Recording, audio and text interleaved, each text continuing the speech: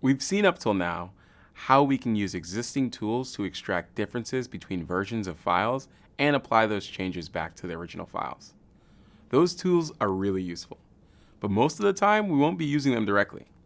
Instead, we'll use them through a version control system, or a VCS.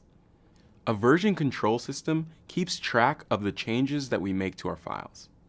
By using a VCS, we can know when the changes were made and who made them. It also lets us easily revert a change if it turned out not to be a good idea. And it makes collaboration easier by allowing us to merge changes from lots of different sources.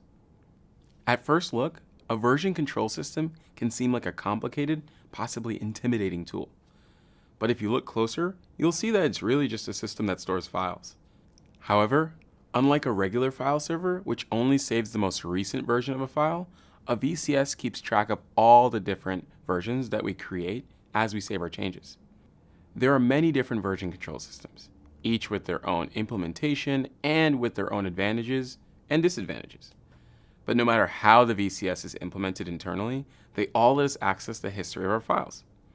They let us retrieve past versions of the file or a directory and see who changed which files, how each file was changed, and when the file was changed. On top of this, we can make edits to multiple files and treat that collection of edits as a single change, which is commonly known as a commit. A VCS even provides a mechanism to allow the author of a commit to record why the change was made, including what bugs, tickets, or issues were fixed by the change. This information can be a lifesaver when trying to understand a complex series of changes or to debug some obscure issue. So be sure to record this extra info in your commits to be truly committed to better code. In any organization that produces software, a VCS is a key part of managing the code. Files are usually organized in repositories, which contain separate software projects or just group all related code.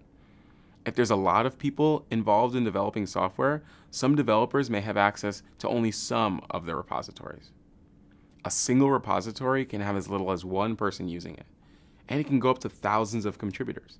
And, as we called out earlier, a version control system can be used to store much more than just code. We can use it to store configuration files, documentation, data files, or any other content that we might need to track. Because of the way tools like diff and patch work, a VCS is especially useful when tracking text files, which can be compared with diff and modified with patch. We can also store images, videos, or any other complex file formats in a VCS, but it won't be easy to check the differences between versions when comparing these file formats. And it might not be possible to automatically merge changes made to older versions of a file. All right, you now have a basic idea of what a version control system is and how it works. You might be asking yourself, do I really need this? Can't I just keep making backups of my code once in a while? We'll answer that in our next video.